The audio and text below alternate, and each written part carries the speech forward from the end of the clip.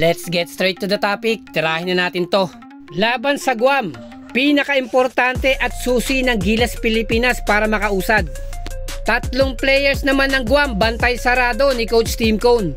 Sa naging interview nga ni Coach Tim Cone, pinangalanan niya yung 3 players na posibleng magpahirap sa ating Gilas Pilipinas.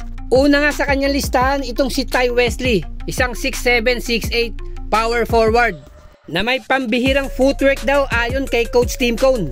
Na kapag nagkaroon nga ng pagkakataon 1v1 sa postehan, siguradong kakainin ka nito.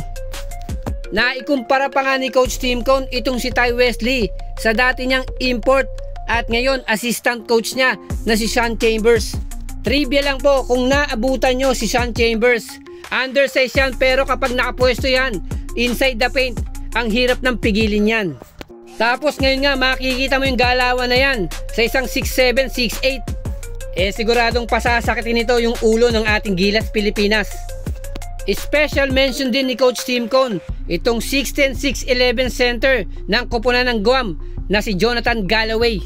Na kanya nga pong nasabi sa height itong 6'10 or 6'11", athletic na big man, mabilis, may hustle at talagang makikipagpalitan ng muka in terms of rebounding.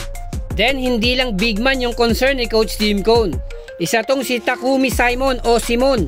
Shooting guard yung laro, naglalaro sa B2 League ng Japan.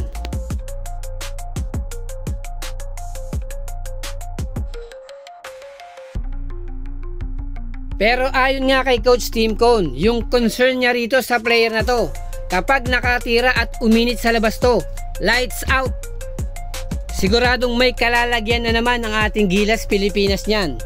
At usapang importante naman, although lahat ng games are important, pero consider ni Coach Tim Cone, itong laban sa Guam, yung 2 sunod na to, ay siyang pinakasusi at importante para sa ating Gilas Pilipinas para makausad tayo sa FIBA World Cup. Ganun din, may chance tayong makapaglaro sa Olympics. For all we know, baka nga 50-50 o 60-40 yung magiging laban natin kontra New Zealand All Blacks at Australian Boomers. Na yung bigat ng pinag-uusapan natin dito, top 1 yan at top 2 sa buong Asia. Na kapag nga naglalaro yung 2 koponan na yan, they mean business. Kahit mapagwam pa yan o Gilas Pilipinas, all out yan at talagang preparado. Kaya itong laban ng Gilas Pilipinas kontra Guam, napaka-crucial ng laban na to. Ito yung magdi-decide at turning point ng Gilas Pilipinas all the way up.